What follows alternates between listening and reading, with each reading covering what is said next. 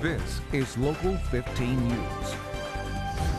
Hi, good evening, everyone. I'm Kim Thurman. My co-anchor Greg Peterson has the night off. We have new information in our big story at 10 o'clock.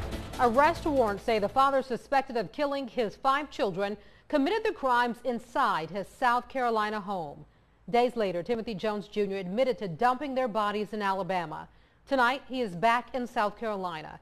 The 32-year-old wore a vest as officers transported him from the Smith County Jail in Mississippi to Lexington County, South Carolina today. Officials are not releasing the name of the facility where Jones is being held. Today, we also learned Jones is a convicted felon. Records from his home state of Illinois say Jones spent time in prison for a 2001 crime spree that included a stolen car, burglary, and writing bad checks. Today, Local 15 obtained the Department of Social Services report detailing several allegations of abuse. Local 15's Derek Rose spent the afternoon pouring through those records. Derek, DSS caseworkers were frequent visitors to the Jones household. Well, Kim, 50 pages of DSS records here reveal caseworkers visited that home a dozen times in the last 3 years. Also in each of those years, a new allegation of abuse or neglect. DSS first made contact with the Jones family in September 2011 when Amber Jones was pregnant with the couple's 4th child.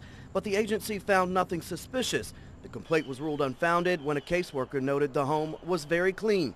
During an unannounced visit in May 2012, Amber Jones told a caseworker about a domestic violence incident the weekend before. The caseworker suggested she go to a shelter, but Amber Jones refused. The next month, DSS learned Timothy Jones had taken the children to Mississippi to live with his father.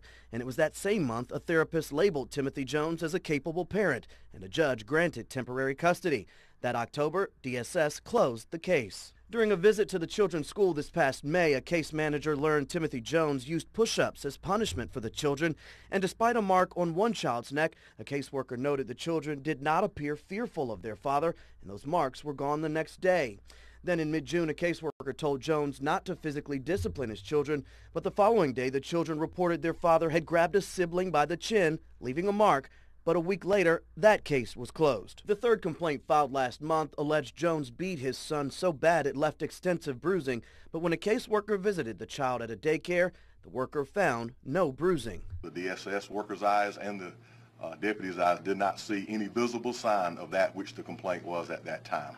Last week, the children's school told DSS they had not been for 2 days, and Timothy Jones was also missing from his job.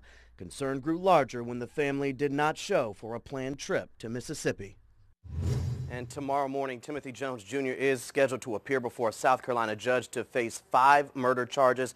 Also tomorrow, Kim, a memorial service is planned in Mississippi for those 5 children. I'm Derek Rose, Local 15 News. All right, Derek, thanks a lot. Now, looking back at the timeline on the case, Amber Jones reported her children missing last Wednesday. Saturday, police arrested Timothy Jones Jr. at a DUI checkpoint in Smith County, Mississippi. Tuesday, Jones led police to the spot in Wilcox County where he admitted to dumping the children's bodies. Today, officers took him back to South Carolina. Local 15 News has a full timeline of the case, including court and DSS involvement, on our website, local15tv.com.